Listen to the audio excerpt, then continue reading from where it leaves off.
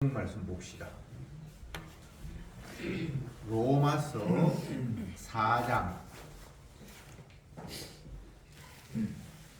14절부터 17절까지 교독하겠습니다.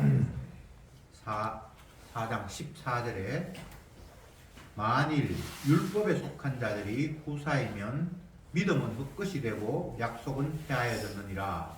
율법이 증거되게 하나니 율법이 없는 곳에는 아무것도 없느니라.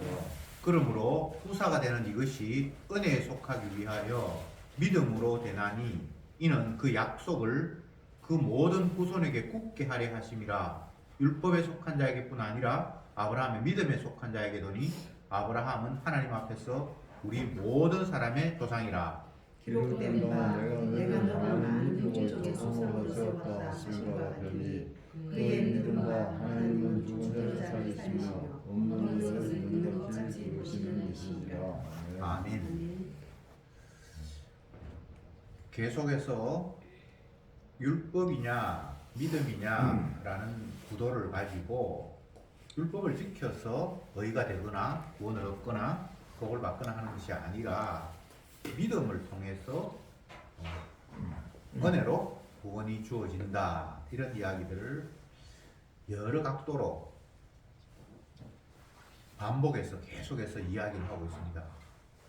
이런 이야기들이 비단 로마서에만 있는 게 아니라 성경 전체에 깔려있는 보편적인 내용입니다. 왜 그러냐? 사람들은 자기의 행위를 통해서 뭔가 의미들을 찾고 그것을 통해서 자기에게 행복과 좋은 결과를 준다라고 생각하기 때문입니다. 그게 선악과 따먹은 인간들의 죄악된 생각이죠. 그런데 은혜는 인간의 행위와 상관이 없습니다. 구원은 인간의 노력과 상관이 없습니다. 다른 말로 이야기하면 믿음과 상관이 있습니다. 또 다른 말로 하면 은혜로 주어지는 겁니다. 여기에서 이제 우리가 다시 한번 생각해 봐야 될 것이 율법, 이 단어는 줄이면 이 행위, 율법을 지킴, 그리고 믿음, 다른 말로 하면 은혜, 이걸 이제 대비시키고 있는데, 율법의 행위는 인간들의 행함이죠. 인간의 행위. 은혜는 예수님의 행위. 이걸 계속해서 대비시키고 있습니다. 믿는다 그러니까 사람들이 그냥 내가 확신한다 이렇게 이제 받아들이는데, 그것은 결과적으로는 또 다른 행위입니다. 내가 믿어주는 거예요. 내가 믿어주는 게 아니고 예수님의 행위가 믿음이에요. 예수님 십자가 지었다는 그게 믿음이에요.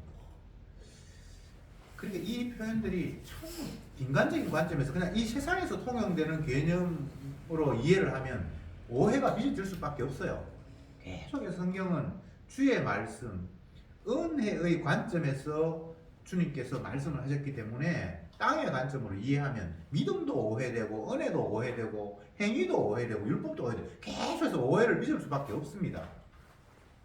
지금 14절 말씀을 봤는데, 만일 율법에 속한 자들이 후사이면, 율법에 속한 자들이 후사라는 말은 상속자, 하나님께서 보내주신 씨라면 이건 진짜 모든 게 다 성경이 깨진다는 거예요. 율법에 속한 자, 유대인들은 자기 자신을 율법을 받았기 때문에 율법에 속한 자라고 생각을 해요. 그래서 율법을 지켜서 하나님 앞에 복을 받고 구원에 이른다라고 그들은 확신했죠.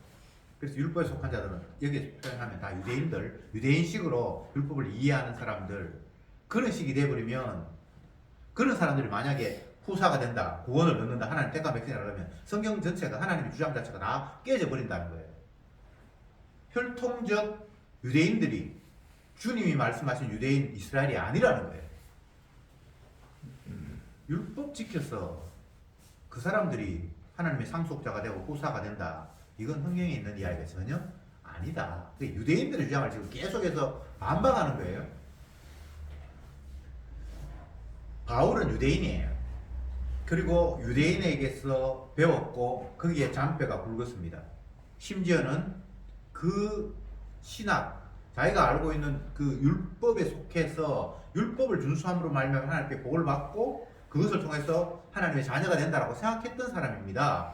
그런데 지금 와서 이제 부활하신 주를 만나고 난 이후부터는 율법 자체를 완전히 거부하는 거잖아요. 우리의 혈통 모세로부터 받았고 다른 민족은 안 줬고 다른 민족을 하나님은 이방이라고 했고 우리에게 하나님의 자녀라고 약속을 하셨기 때문에 율법과 우리는 밀접한 관계가 있고 율법 주신 이유가 지키라고 주셨지 그거 쓸모없이 주셨을 리가 있냐라는 이런 논리. 그래서 율법에 속한 자 유대인들 그들이 만약에 하나님의 씨가 되고 후사가 된다라면 믿음이 헛것이고 약속이 다 엉망진창이 된다는 거예요. 다 엉터리라는 거예요. 그러니까 유대인들의 신학, 전통, 율법에 대한 이해 그건 믿음도 아니고 약속도 아니고 다 마귀의 유혹이다 라고 지금 이야기를 하고 있습니다. 율법에 속했다는 말이 우리에게는 좀 다른 의미로 받아들여지는데 유대인들에게는 굉장히 자랑스러운 일이었어요. 율법을 받았으니까. 그리고 다른 사람은 율법을 못 받았으니까 율법하고 상관이 없는 거예요. 우리에게 율법을 주신 이유가 하나님 이거 지키라고 주셨고 이거 지키면 복 받는다. 다른 민족에게는 내가 율법을 안 줬는데 너희들에게 율법을 주었으니까 이 율법 안에서 구원을 얻어야 된다. 이런 생각을 유대인들이 가졌으니까 율법에 속한 자들이 너희들처럼 하나님을 쉬고 그들이 하나님의 상속자 후사라면 믿음도 헛것이 되고 약속도 폐하해졌다. 의미 없는 것이 되어버린다. 그래서 믿음, 약속 요거 이제 율법과 대비되는 개념으로 지금 성경이 여기에 기록을 하고 있습니다. 율법 자체는 하라 하지 말라로 구성되어 있죠. 그래서 이게 명령법이다 이렇게 신학자들이 제목을 붙였는데 명령이잖아요. 뭘 하라, 안식일을 지켜라, 할례를 행해라. 근데 구약에 보면 그거 안 행해서 하나님이 벌로 현장에서 죽이는 그런 일들도 있었거든요. 안식일을 안 지켰다고 하나님께서 죽이는 일도 있었고 또 뭐 그 외에 그런 일들이 있었단 말이죠. 그러니까 이거는 필히 지켜야 되는 것으로 이해할 수밖에 없잖아요. 안 지키면 당장 하나님이 진노하셔서 죽이는 일도 발생을 했는데 어떻게 안 지킬 수가 있겠습니까? 그러니까 그런 사고를 가지고 있는 유대인들, 율법을 직접 받았던 그 사람들, 그리고 지금은 이제 그 후손들, 그들을 이제 율법에 속한 자라고 바울이 규정을 하면서 율법에 속한 자가 하나님의 씨가 되고 후사가 되고 상속자가 된다라면 그건 믿음은 다 헛것이 된다. 하나님의 약속도 무용지물이 된다. 이렇게 말씀하고 있습니다. 여기서 믿음과 하나님의 언약, 약속은 이제 괴를 같이 하는 같은 의미예요. 무엇을 믿습니까? 예수님을 믿는 거지. 하나님 말씀을 믿는 거지. 근데 하나님 말씀을 유대인들이 믿었는데 그 말씀이 율법이잖아. 그거 지켜야 된다고 그러고 있어. 지켰고 이걸 하지 마라 그래서 안 했고 그걸 지키는 게 믿음이지. 유대인들의 믿음은. 그런데 바울이 이야기하는 믿음은 그런 게 아니에요. 바울이 이 로마에 있는 성도들에게 보내는 편지, 물론 하나님이 계십니다. 이걸 시작할 때 뭐라고 이야기했는가 하면 내가 예수 그리스도의 복음에 대해서 너에게 이야기한다. 그분이 이 땅에 오셔서 십자가의 죽으심으로 말미암아 자기 백성이 이제 만들어진다. 이런 이야기를 하는데 그것이 너에게 선물로 주어져서 믿음이 주어질 때에 그는 은혜에 속한 자고 후사가 되고 하나님의 씨라고 말할 수 있다. 이런 논지를 지금 계속해서 펼치고 있습니다. 율법은 인간의 행위. 그런데 믿음은 또 은혜는 예수님의 행위. 예수님의 행위입니다. 예수님 십자가 지셨다라는 것. 그러니까 이게 계속 성경은 대비를 시키면서 인간의 행위는 아니다라고 계속해서 부정하는 거예요. 인간의 행위가 아니다. 율법 지키는 것으로는 안 된다라는 것은 성경 전체가 보여주는 그림인데 유대인들을 하나님께서 세우셔서 율법을 주셨는데 그들은 율법을 지켰어요. 나름대로. 물론 나중에는 무시했지만 열심히 지켰는데 그 지킨 결과가 결국은 하나님 앞에 책망 들을 수밖에 없는 일이었고, 성전을 다 하나님 스스로가 파기해버렸어요. 이방인들을 동원해서. 그러니까 구약의 전체 그림이 인간들이 행동해서 뭔가 의를 이루고 하나님 앞에 복종하겠다라는 그 율법 순종 그 자체는 불가능하다는 것을 주님이 최종적으로 확인시켜 준 거예요. 이것을 12제자에게도 똑같이 신약에 와서, 구약은 시간이 창세기부터 예수님 오시기 전까지가 굉장히 긴 역사였고, 예수님이 제자를 뽑아서 그들이 예수님 십자가 못 박아 죽일 때까지는 짧은 게 한 3년 정도 보여줬잖아요. 그러니까 구약의 긴 역사와 신약의 3년,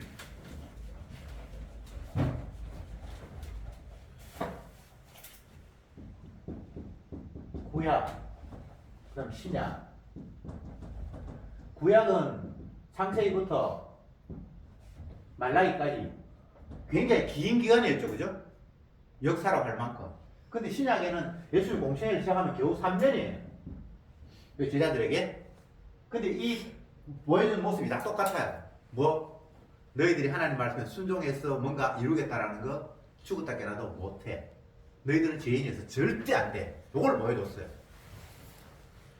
제가 한때 그 신학교 다니면서 신앙에 대한 그 회의 같은 것들이 계속해서 왔어요.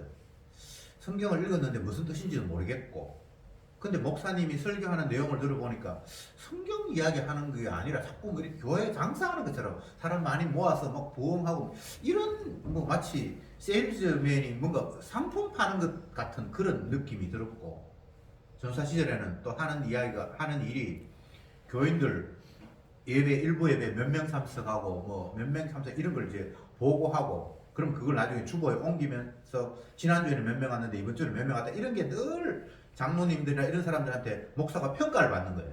헌금 얼마, 출석 인원 얼마, 그런 걸 전도사들이 다 3층에 올라가서 머릿속 막 헤아리고 그렇게 하거든요. 근데 제가 참 철도 없고 세상을 잘 못했는데 저는 있는 그대로 사람을 헤아려가지고 보고해요. 근데 조금 나이 든 여전도사님 이런 사람들은 사람이 수가 적으면 플러스가 그냥 목사 기분 좋으라고.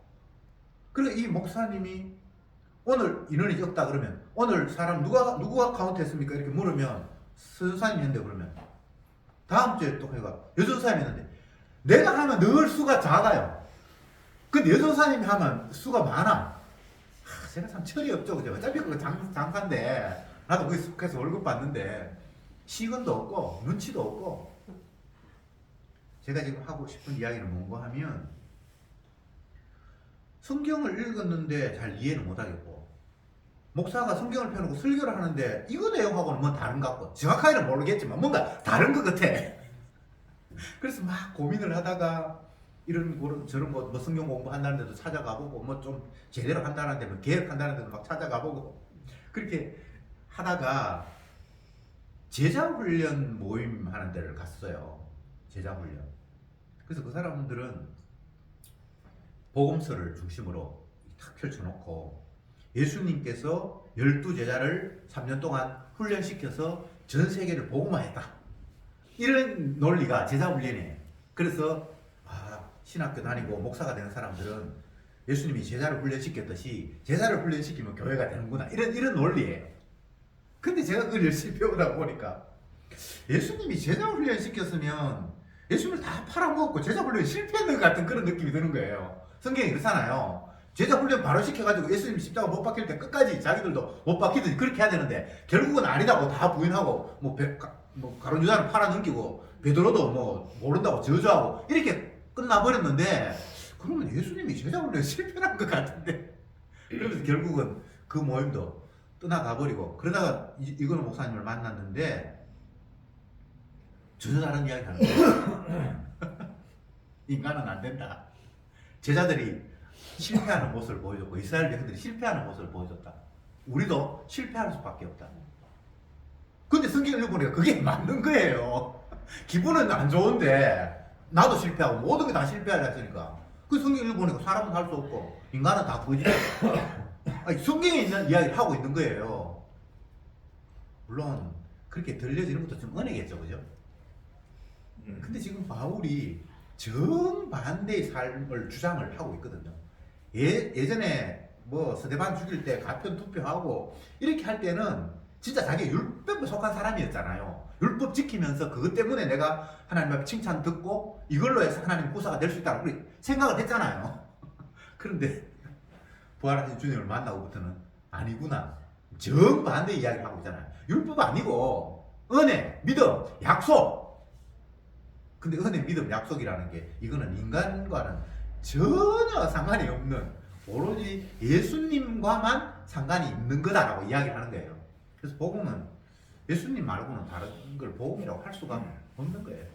온통 예수 이야기예요. 이런 이야기를 쫙 하는데 제가 아까 전에 처음에 글 쓰면서 율법은 인간이 행하는 거고 믿음은 예수님이 행하는 거다 그렇게 얘기했잖아요. 그게 딱 대비를 시키면서 인간의 행함은 의미 없음, 주님의 행함만 하나님이 인정하심, 그런 구도가 바울이 이야기하는 복음이에요. 마귀는 끝없이 우리에게 예수님의 행함, 십자가 지심, 그것을 무위로 돌리거나 흐릿하게 만들거나 복음의 강체가 못 이렇게 드러나도록 계속 이렇게 안개처럼 얼렁거리는 역할을 마귀가 해요. 마귀는 복음을 가리는 역할을 맡았으니까. 그리고 복음을 가리는 역할 중에 하나가 인간의 행함을 자꾸 이렇게 부각시키면서 칭찬하는 게 복음을 가리는 거예요. 누구 훌륭하다, 잘했다. 그러면 예수님의 십자가가 잠시나마 내가 훌륭하고 잘해버리면 예수님의 행위가 안 보이잖아요. 그게 마귀가 하는 수법이에요. 교회 안에서 상 주고 잘했다고 칭찬하고, 제 기억에는 제가 그 전사 시절에 그때는 사람이 많이 모이는 그런 헌금도 좀 나오고 그런 교회였는데 1년에 뭐 전도 시상 이렇게 해가지고 사람 많이 정도하면 그 당시에 냉장고 한 대 막 선물하고 막 그렇게 했거든요. 지금은 뭐 냉장고가 그렇게 대단한 게 아닌데 그 당시에는 굉장히 비싼 거였단 말이에요. 제가 속한 그 주일학교에서 성경 고사대회 치르고 찬송가 경연대회 치르고 그러면 대구에서는 당연히 1등하고 전국 가서도 그 찬송가 경연대회에서 1등을 해가지고 피아노 한 대를 부상으로 타고 그랬어요. 피아노가 그때 굉장히 비싼 거예요. 전국에서 1등해서. 그러면 사람들이 얼마나 이 업이 되는지 몰라요. 내가 담임 전도사 그리고 우리 팀이 만약에 1등을 했다 그러면 막 그게 진짜 하나님이 주신 막 기업 상을 받은 같은 느낌이 들어요. 그렇게 될 때 예수님 십자가 그때는 없어져 버리잖아요. 내가 순종을 해서 뭐 내가 상 받잖아요. 이게 마귀의 전략이에요. 이 세상에서 우리를 칭찬하고 격려하고 이런 이야기 억수로 달콤하게 들리는데 그 순간 점점 주님이 피 흘렸다라는 것과는 멀어져 버려요. 그게 굉장히 무서운 거예요. 지금 바울은 계속해서 주님의 십자가만 이야기하기 위해서 인간의 행위 자체를 계속해서 깔아뭉개는 이야기를 하고 있습니다. 15절에 보면 율법은 진노를 이루게 하나니 율법이 없는 곳에는 구맘도 없느니라. 유대인들은 율법이 하나님이 우리에게 주신 것이어서 이거 지켜서 복받는다고 생각을 했는데 그 율법은 하나님을 화나게 하는 일이다. 쉽게 이야기하면 너희들은 하나님 앞에 진노의 대상이라는 것을 보여주기 위해서 율법을 줬다라는 거예요. 그리고 율법을 지킨다라는 말도 거짓말이고 그걸 지켜서 복받는다는 것도 당연히 거짓말이고 율법 너희들은 하나님 앞에 심판받고 벌받아야 될 자야라는 걸 깨닫기 위해서 율법을 줬다는 거예요. 그러니까 율법 이해가 전혀 이제 다르잖아요. 한쪽은 하나님 주셔서 이거 잘 지키고 복 받는다라고 생각하면서 자기 행위 쪽으로 나가는데 아니야. 너희들이 얼마나 완악한가를 율법을 통해서 깨닫게 되는 거야. 율법 앞에서 너희들은 진노의 대상이라는 사실을 깨닫게 하기 위해서 하나님 율법을 준 거야. 이거 지금 다시 한번 봅시다.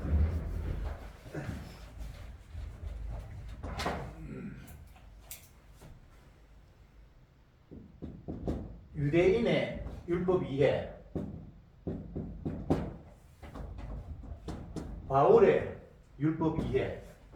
유대인들은 이것을 통해서 복을 받고, 물론 이 행위죠, 그죠? 행함을 통해서 복을 받고 후사가 되고, 이 성부 한다 인간이 하나님 자녀는 이런 식으로 이해를 하죠. 바울은 진노의 대상, 율법 때문에 너희들은 하나님 앞에 심판받을 자라는 사실을 깨닫는 거예요. 이렇게 돼버리면 인간의 행위 자체가 아예 의미가 없었거든요. 여기는 인간의 행위가 의미가 있잖아요. 차이는 알겠죠? 인간의 행위에 의미가 있으면 예수님의 행위 십자가가 의미가 없어져 버려요. 인간의 행위가 완전 절망적이고 좌절할 때만 예수님의 행위가 보여요. 그래서 율법은 그리스도에게로 인도하는 몽학선생이라고 그렇게 했어요. 인간이 이해하는 율법 말고 진짜 율법의 의미는 네가 하나님 앞에 진노의 대상이다, 저주받아야 된다고 이렇게 하니까 더 이상 내한테 행위의 의미를 둘 수가 없도록 만들고, 그런데 주님께서 대속의 피를 흘렸다고 이야기하니까 십자가 쪽으로 갈 수밖에 없는 그런 식이 율법이 돼야 된다는 거예요. 근데 이게 뭐 은혜가 아니면 율법을 그런 식으로 이해할 수 없죠. 지금도 교회가 하나님 율법에 순종해야 된다라고 열심히 하고 있잖아요. 안식일 지키라고 막 호통치고, 집사님 왜 안식일 빠졌습니까? 아니면 주일이라 그러죠. 주일 빠졌습니까? 직분을 주는데도 기본적으로 율법 지켜야 되는데 안식일 일요일 예배 꼭 참석해야 되고 11조 해야 되고 요래야 직분 준다고 그렇게 교회마다 다 그렇게 뭐 권찰에 모임 해가지고 그렇게 다 이야기를 해요. 그러니까 계속 행위가 가미되는 거예요. 그래야만 네가 주님 앞에 복 받을 수 있고 성도들에게도 빛이 된다. 그 순간 예수님이 대속의 피를 흘렸다는 것은 쓱 감추어져 버려요.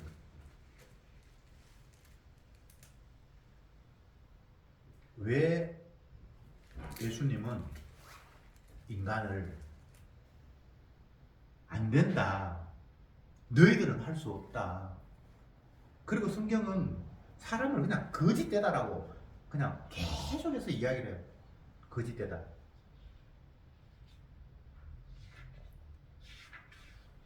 에레미야에서 그런 표현도 있고 여러 가지 표현이 있는데, 만물보다 심히 부패한 것이 마음이라. 심히 부패했대. 그냥 거짓되다는 정도가 아니고. 왜 그런 말씀을 하셔야 됩니까? 더 이상 네 행동에 의미를 부여하지 말라는 거예요. 너는 안 된다는 거예요. 주님이 되기 위해서는 우리가 지워져야 돼. 나도 번듯하게 서고 예수님도 번듯하게 서고 이런 구도가 없어요. 내가 내 힘으로 뭔가를 할 수 있다라면 예수님이 이 땅에 오셔서 자기 생명을 주셔야 될 이유가 없었겠죠. 주님의 생명 주심 십자가도 있어야 되지만 그게 플러스 내 노력도 있어야 된다. 그게 마귀의 전략이다.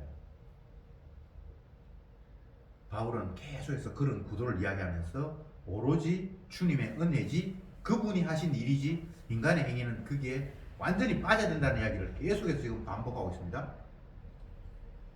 16절에 그러므로 후사가 되는 이것이 은혜에 속하기 위하여 믿음으로 되나니, 은혜, 믿음, 이건 인간의 행위와 정반대의 개념입니다. 약속도 마찬가지예요. 그 약속은 그 모든 후손에게 굳게 하려 하심이라.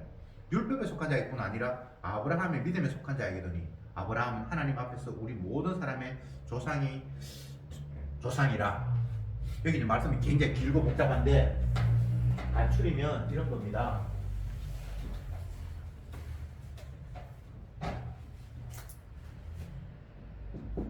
유대인, 이방인. 유대인들은 그 율법을 지켜서 율법 행위 한다고 그러고, 여기 이방인 가운데 믿는 사람들은 아니야, 율법 아니고 하나님께서 믿음이라고 얘기했어 라고 이렇게 이야기하는 사람. 이거 전체가 합쳐서 결국은 주님의 십자가로 구원 얻는 거지, 이렇다 저렇다 얘기해가지고 되는 거는 아니야. 너도 주님의 십자가 때문에, 너도 주님의 십자가 때문에 구원은 주어지는 거야. 요걸 이제 오늘식으로 이야기를 하면 절에 가고 또 다른 뭐 과학을 믿고 그렇게 해서 그것이 구원이라고 생각하는 사람도 있을 수 있고 또 어떤 사람은 교회 가야 구원이 된다고 이야기하는 사람도 있고 그러나 이 사람이든 저 사람이든 주님의 십자가에 피로 구원했지 다른 방법으로 구원 얻는 건 없어 이 이야기입니다. 그러면 교회 가야 구원 얻는다는 말 그게 맞는 말입니까? 그것도 아니에요. 그럼 내가 예수님 피를 믿어야 된다 그것도 엄밀히 따지면 아니에요. 주님의 십자가에 피 흘림으로 말미암아 주님이 자기 택한 백성들을 만들어내는 거예요. 이러나 저러나 주님의 대속의 피가 구원이지 인간이 나는 무상한 선교 예수 믿었어 그게 구원의 근거가 될 수가 없다는 이야기를 하고 있는 거예요. 이방인이든 유대인이든 교회 다니든 절에 다니든 그것 때문에 구원이 주어지는 건 아니고 주님이 피 흘려서 자기 백성을 건져서 구원이 일어난다는 겁니다. 근데 이제 우리는 그렇게 생각하지 않고 예수 안 믿고 자기 힘과 노력으로 하는 사람은 구원을 못 얻고 예수 믿어야 구원을 얻는다 이렇게 생각하면서 구원을 얻는 게 예수 믿음이라는 걸 넣으려고 하잖아요. 근데 바울은 그게 아니고 이 사람이든 저 사람이든 그것 때문에 구원 얻는 게 아니고 예수님이 십자가 피 흘려서 구원 얻는 거야 이런 이야기를 하고 있다. 인간의 믿음마저도 주님이 아니라고 몰아세우는 거예요.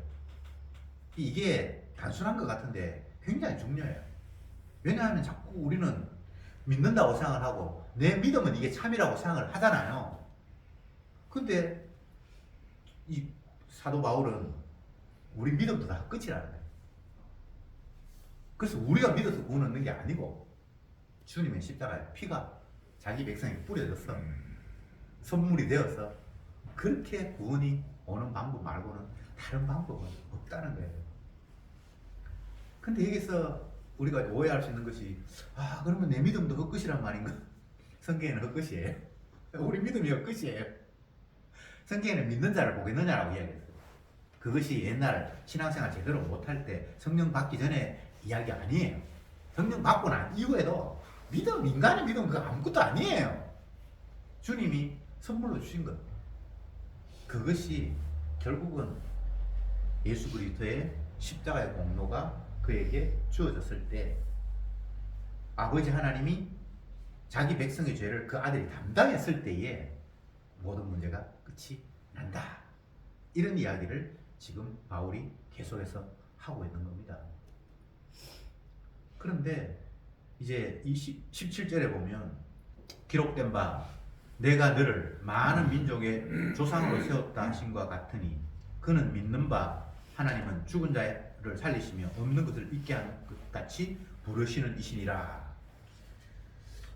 아브라함을 믿음의 조상이다 이렇게 이제 성경에서 이야기를 하고 그 믿음의 조상이라는 말은 믿음의 표본이고 그런 식으로 많이 그 구원이 주어진다라는 것의 대표적인 표상이 이제 아브라함이라는 거예요.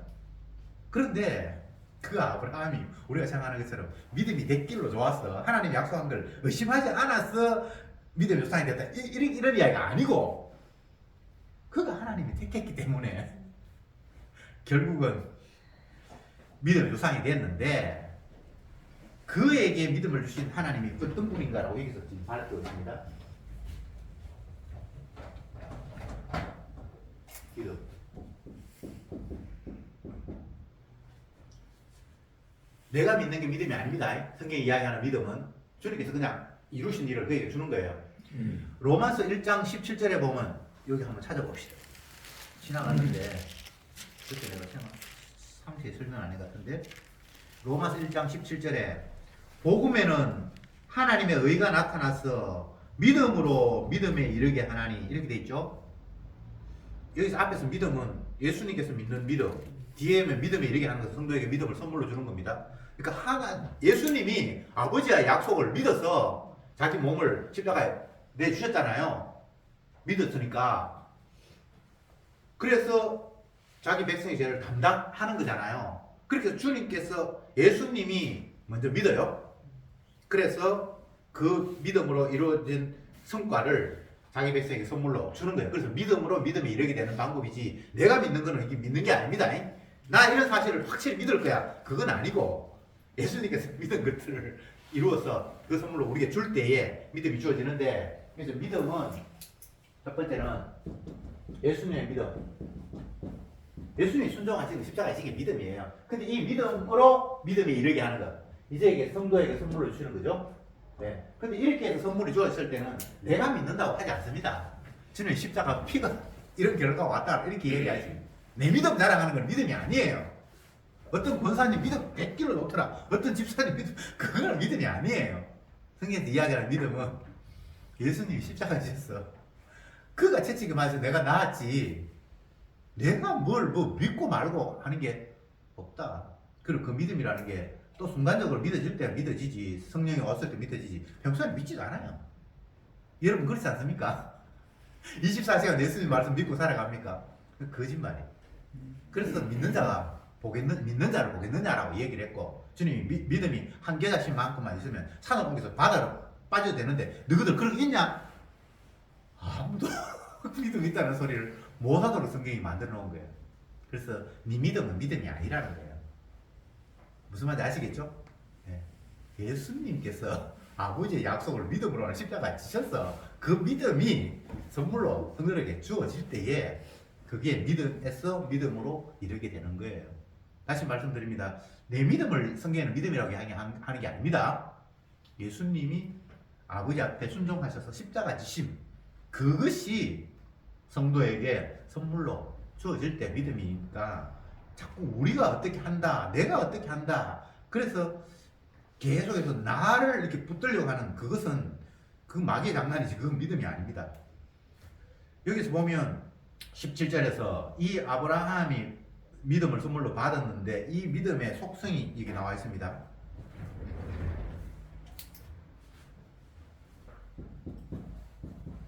죽은 자를 살리고 없는 것을 있게 하신다. 이렇게 돼 있죠. 이것은 하나님께서 아브라함을 통해서 그 삶을 통해서 구체적으로 입증시켜 주셨는데, 아브라함은 나이가 많아서, 그리고 부인도 나이가 많아서 후손이 없었습니다. 그런데 주님께서 최종적으로 할례까지 행하라고 하셨습니다. 할례를 뭐 행한다라는 게 생식기를 자른다는 건데, 그것은 의미적으로 너 이제 잘렸어, 네 생식 능력은 아무 의미 없어라는 걸 다시 한번 확인시켜 주고 난 이후에 아이가 태어났잖아요. 물론 뭐 그 남자 앞에 생식 끈다고 해서 뭐 애 못 낳는다 그 이야기는 아닌데, 표면적으로 늙어서 이제 애 못 낳고 부인도 늙었고, 근데 한 번 더 확인하는 거야. 네 생식기 앞에 그걸 잘라라. 그걸로 절대 안 된대 하면서 한 번 더 확인시켜 주고 난 뒤에 하나님이 100세가 돼서 아들을 태어나게 했잖아요. 이게 없는 데서 있게 했잖아요. 맞죠? 그런데 더 놀라운 것은 그 애 태어나고 잘 살고 있는데 한 고등학교쯤 나이 되는데 그를 또 제물로 바치라고 오레아산에서 있는 걸 또 다시 없애버리잖아요. 근데 주님이 숯불에 어린 양이 걸려서 쏙! 그 아들 손대지 말고 이걸 대신 바쳐. 그래, 이 두 그림이 죽은 데서 살리고 없는 데서 있게 하는 그 삶을 통해서 보여준 그림이에요. 하나님의 믿음이라는 것은 이런 식으로 일한다는 거예요. 도저히 뭐 이거는 있을 수가 없는데 주님의 십자가가 결과를 낳았고 죽었는데 십자가의 능력이 살렸고, 이걸 이 믿음의 이 알맹이라는 거예요. 이거 말고 뭐 가능성을 믿고 이런 건 믿음이 아닙니다. 믿음은 가능성 없어요. 주님이 하셨는데 뭐 인간의 믿음이라는 거는 가능성이 있어야 되고, 뭐 약간이라도 티끌이라도 하나 남아 있어야 되고, 이수신 장군이 외적을 무찌르는데 이 12척밖에 안 남았네. 그리고 12척이라도 남아있으니까 그걸로 이기는데, 주님의 믿음이라는 거는 없는 데서 있게 하고 죽은 데서 살리고, 그래서 인간은 죽었다 깨나도, 이 세상의 능력으로 죽었다 깨나도 안 되는 게 믿음이라는 이야기를 이렇게 표현을 한 거예요. 그래서 성도는 날마다 나는 아닙니다라고 계속해서 인정할 수밖에 없도록 하나님께서 이끌어 가시는 거예요. 나는 아니구나, 나는 가짜구나, 죽었다 깨나도 내가 할 수 있는 거는 아니구나라고 진심으로 고백할 때에 그게 은혜가 선물로 주어진 순간이에요.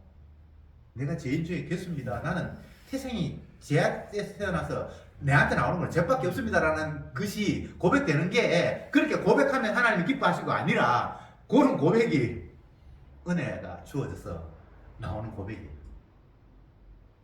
그러니까 그런 사람한테 당신 뭐 다윗 왕에게 진짜 훌륭한 왕입니다. 진짜 하나님 뜻대로 사네요라고 이렇게 이야기하면 화낼 거예요.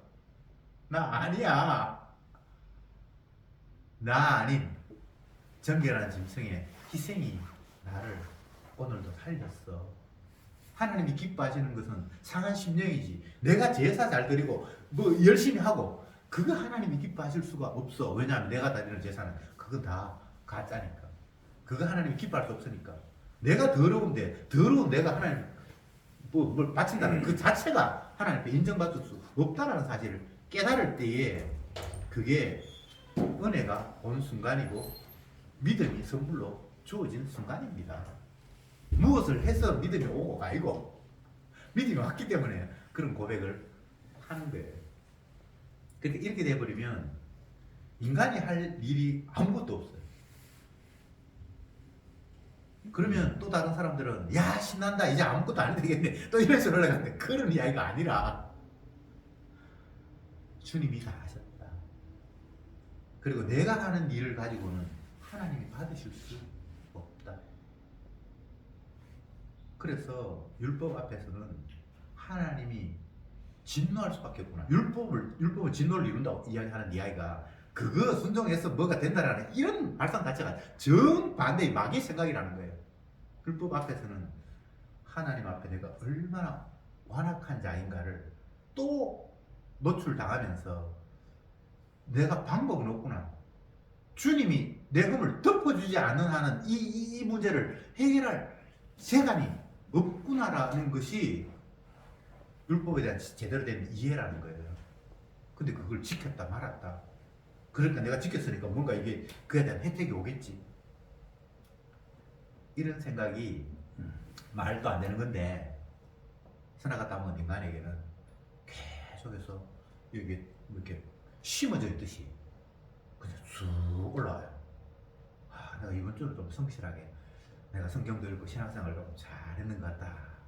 그러면서 뭔가 일이 잘 풀릴 것 같은 나도 모르게 내 행위가 나에게 긍정적인 어떤 것으로 올 것 같은 그런 마음이 그냥 드는 거예요.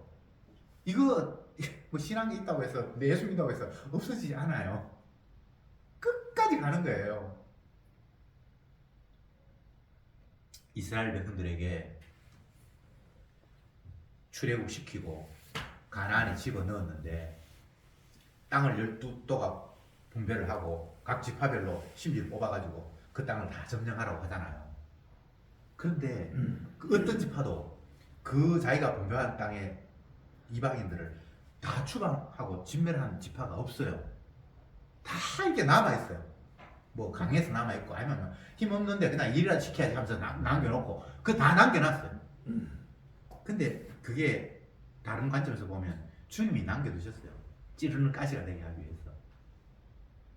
인간이 순종할 수도 없고 또 찌르는 가시가 있어야지 쥐꼬라지를 알고. 예수 믿으면 더 이상 유혹도 없어져 버리고 이제는 더 이상 율법에 대해서 내가 지켜야 되겠다 이런 생각도 없어지고 그냥 뭐 오로지 주님께 십자가 이루심을 다 했음을 내가 믿어야지 그렇게 되면 좋겠는데 여전히 우리에게는 잘못된 율법에 대한 그 어떤 뿌리 박힌 어떤 의식 구조가 스물스물 항상 올라오게 돼 있어요. 이거 우리가 못 빼요. 주님께서 빼게도 하시지 않아요. 그래서 날마다 우리는 죄인으로 내가 아무리 복음을 듣고 안다고 할지라도 이 내 죄악된 내 모습은 이게 내가 어떻게 처치할 수가 없구나.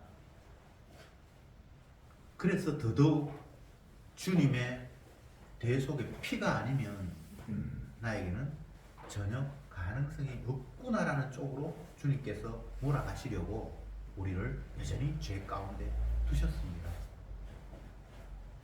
그러니까 이런 것 저런 것들이 다 이제 종합되면 결과적으로는 주님은 자기 피 자랑하라고 우리를 오늘도 이 자리에 두신 거예요. 피 공로 자랑하라고. 피 뿌림을 위해서 우리를 뽑았다. 베드로는 그렇게 이야기했고요. 주님께서는 땅끝까지 이르러 너희들이 내 증인이 되어야 된다.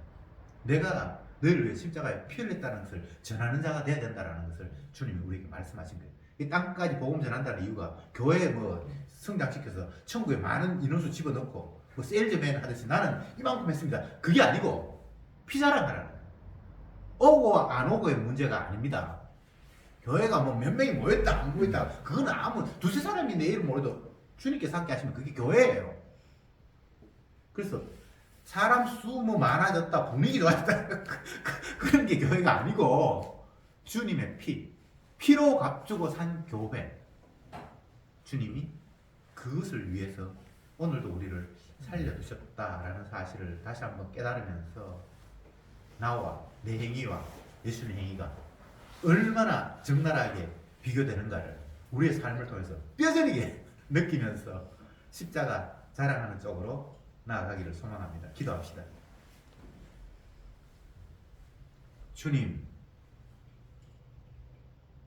복음이 무엇인지 조금이나마 깨달음이 생기고 그 십자가의 은혜가 우리에게 선물로 주어지니 이제 내가 믿음을 가졌고 이제는 내가 천국 백성이 되었다라는 그런 뿌듯한 자부심이 저들에게는 있습니다. 그러나 다시 한번 주님의 말씀 앞에 세상에 휘둘릴 때에 과연 내가 믿는 자인가를 다시 한번 의심하게 되고 회의하게 되고 내가 정말 지옥 백성이 아닌가를 스스로 끔찍한 마음으로 생각할 때가 한두 번이 아닙니다. 그러나 주님의 말씀은 우리가 믿어서 주님의 백성이 되는 것이 아니라 주가 채찍에 맞음으로 나음을 입는다고 다시 한번 우리에게 일러주셨사오니 더 이상 내 행위를 보면서 웃고 우는 것이 아니라 영원히 변치 않는 십자가에 설리신 보혈의 피의 능력만이 우리에게 온전히 오롯이 보여지게 하시고 그것만 붙들고 자랑하게 하옵소서. 예수님의 이름으로 기도드리옵나이다. 아멘.